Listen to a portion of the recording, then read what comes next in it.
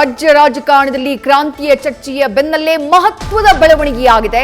ರಾಜ್ಯಕ್ಕೆ ಎಂಟ್ರಿ ಕೊಟ್ಟಿದ್ದಾರೆ ಕಾಂಗ್ರೆಸ್ನ ನಾಯಕ ಕೆಸಿ ವೇಣುಗೋಪಾಲ್. ದೇವನಹಳ್ಳಿ ಏರ್ಪೋರ್ಟ್ಗೆ ಬಂದಿಳಿದಿದ್ದಾರೆ ಕಾಂಗ್ರೆಸ್ನ ಸಂಘಟನಾ ಕಾರ್ಯದರ್ಶಿ ಕೆಸಿ ವೇಣುಗೋಪಾಲ್. ಎಐಸಿಸಿಯ ಸಂಘಟನಾ ಪ್ರಧಾನ ಕಾರ್ಯದರ್ಶಿ ಕೆಸಿ ವೇಣುಗೋಪಾಲ್ ಅವರ ಎಂಟ್ರಿ ಕುತೂಹಲಕ್ಕೆ ಕಾರಣ ಆಗಿದೆ.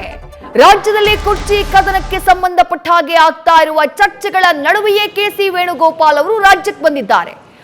ಚರ್ಚೆಯೇ ಇರಲಿಲ್ಲ, ಕೆಸಿ ವೇಣುಗೋಪಾಲ್ ಅವರು ಆಗಮಿಸ್ತಾರೆ ಅಂತ ಹೇಳಿ ದಿಢೀರ್ ಅಂತ ಹೇಳಿ ಕೆಸಿ ವೇಣುಗೋಪಾಲ್ ರಾಜ್ಯಕ್ಕೆ ಆಗಮಿಸಿದ್ದಾರೆ.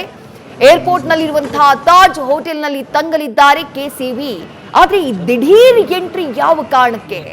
ರಾಜ್ಯದಲ್ಲಿ ನಡೀತಾ ಇರುವಂತಹ ರಾಜ್ಯ ಕಾಂಗ್ರೆಸ್ ಪಾಳ್ಯದಲ್ಲಿ ನಡೀತಾ ಇರುವಂತಹ ಕುರ್ಚಿ ಗುದ್ದಾಟಕ್ಕೆ ಕ್ಲೈಮ್ಯಾಕ್ಸ್ ಅನ್ನ ನೀಡುವುದಕ್ಕೆ ಬಂದ್ರ, ಸಂಧಾನವನ್ನ ಮಾಡುವುದಕ್ಕೆ ಬಂದ್ರ, ಉಭಯ ನಾಯಕರಿಂದ ಮಾಹಿತಿಯನ್ನ ಪಡೆಯುವುದಕ್ಕೆ ಬಂದ್ರ, ಅಥವಾ ಶಾಸಕರ ಅಭಿಪ್ರಾಯವನ್ನ ಆಲಿಸುವುದಕ್ಕೆ ಬಂದ್ರ, ಒಟ್ಟಾರೆಯಾಗಿ ಎಐಸಿಸಿಯ ಸಂಘಟನಾ ಪ್ರಧಾನ ಕಾರ್ಯದರ್ಶಿಯಾಗಿರುವಂತಹ ಕೆಸಿ ವೇಣುಗೋಪಾಲ್ ಅವರ ಎಂಟ್ರಿ ಸಾಕಷ್ಟು ಕುತೂಹಲಕ್ಕೆ ಕಾರಣವಾಗಿದೆ. ರಾಹುಲ್ ಗಾಂಧಿ ಅವರು ದೇಶಕ್ಕೆ ಆಗಮಿಸಿದ್ದಾರೆ, ದೆಹಲಿಗೆ ನಾಯಕರನ್ನ ಕರೆಸಿಕೊಳ್ತಾರೆ ಅನ್ನುವಂತಹ ಚರ್ಚೆ ಇತ್ತು.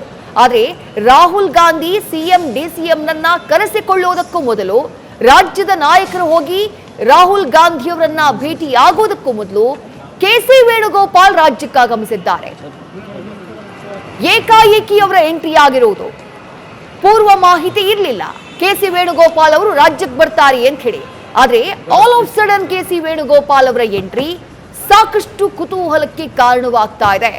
ಒಂದು ಕಡೆ ಡಿಕೆ ಶಿವಕುಮಾರ್ ಬಣದ ಮತ್ತೊಂದು ಸುತ್ತಿನ ಶಾಸಕರು ದೆಹಲಿಗೆ ಹೋಗಿ ಕೂತಿದ್ದಾರೆ. ಮಲ್ಲಿಕಾರ್ಜುನ ಖರ್ಗೆ ಅವರನ್ನ ಭೇಟಿಯಾಗಬೇಕು, ಕೆಸಿ ವೇಣುಗೋಪಾಲ್ ಅವರನ್ನ ಭೇಟಿಯಾಗಬೇಕು, ಹೈಕಮಾಂಡ್ ನಾಯಕರ ಮುಂದೆ ತಮ್ಮ ನಾಯಕನ ಪರವಾಗಿ ವಾದವನ್ನ ಮಂಡಿಸಬೇಕು ಅನ್ನುವಂತಹ ಹುಮ್ಮಸ್ಸಿನಲ್ಲಿ ಹೋಗಿದ್ದಾರೆ ಡಿಕೆ ಶಿವಕುಮಾರ್ ಬಣದ ಮತ್ತೊಂದು ರೌಂಡ್ನ ಶಾಸಕರು. ಆದರೆ ಅದ್ರ ಮಧ್ಯೆ ಖುದ್ದು ಕೆಸಿ ವೇಣುಗೋಪಾಲ್ ರಾಜ್ಯಕ್ಕೆ ಆಗಮಿಸಿದ್ದಾರೆ.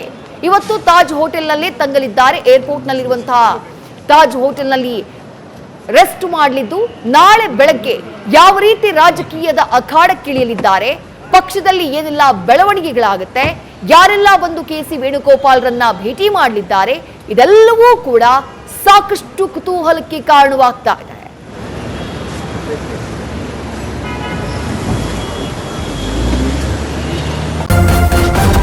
ನ್ಯೂಸ್ ಫಸ್ಟ್, ನಿರ್ಭೀತಿಯಿಂದ ನಿಮ್ಮ ಪರವಾಗಿ.